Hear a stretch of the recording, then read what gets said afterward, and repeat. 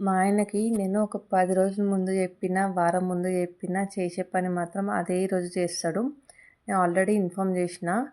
నాకు job interview అయితే ఉంది. నేను ఇంటర్వ్యూకి అటెండ్ అవ్వాలి. రెజ్యూమ్ అయితే కావాలి అని చెప్పేసి, అలాగే వాళ్ళు కంపెనీ వాళ్ళు బయో అయితే పంపించిరనమాట. సో, ఆ బయో ఫార్మ్ కూడా నింపాలి. ఆల్రెడీ నేను ఇన్ఫార్మ్ చేసినా కూడా ఆయన తేలేదు. లాస్ట్‌కి బ్లింకిట్‌లో అయితే ఆర్డర్ చేసిండు. ఫైనల్లీ బ్లింకిట్ వాళ్ళు ఇలాగా జిరాక్స్ కాపీస్ కూడా డెలివర్ చేయడం స్టార్ట్ చేసేసిండ్రు. ఇంక వీళ్ళు ఇవన్నీ కూడా స్టార్ట్ చేసేస్తే ఇంక మా ఆయనకి లేని బద్ధకమైతే వచ్చేస్తదనమాట. షాప్‌కెళ్ళకుండా అన్నీ ఇంట్లో కూర్చొని ఆర్డర్ చేసేస్తాడు. ఈ ఇంటర్వ్యూకి నన్ను నా హస్బెండ్ అలాగే నా చిన్న కూతురు తోలుకొచ్చిండ్రనమాట. సో, ఇంటర్వ్యూ అటెండ్ అయినంత సేపు నా బిడ్డ ఏం చేస్తుందా అని నా బుర్రలో తిరిగింది. ఎంత జాబ్ చేయాలన్నా, ఏం చేయాలన్నా ఫస్ట్ పిల్లలున్నారు. వాళ్ళ గురించయితే ఆలోచించాలి మనం.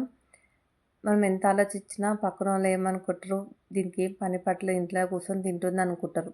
ఇగ వాళ్ళకేం తెలుస్తది.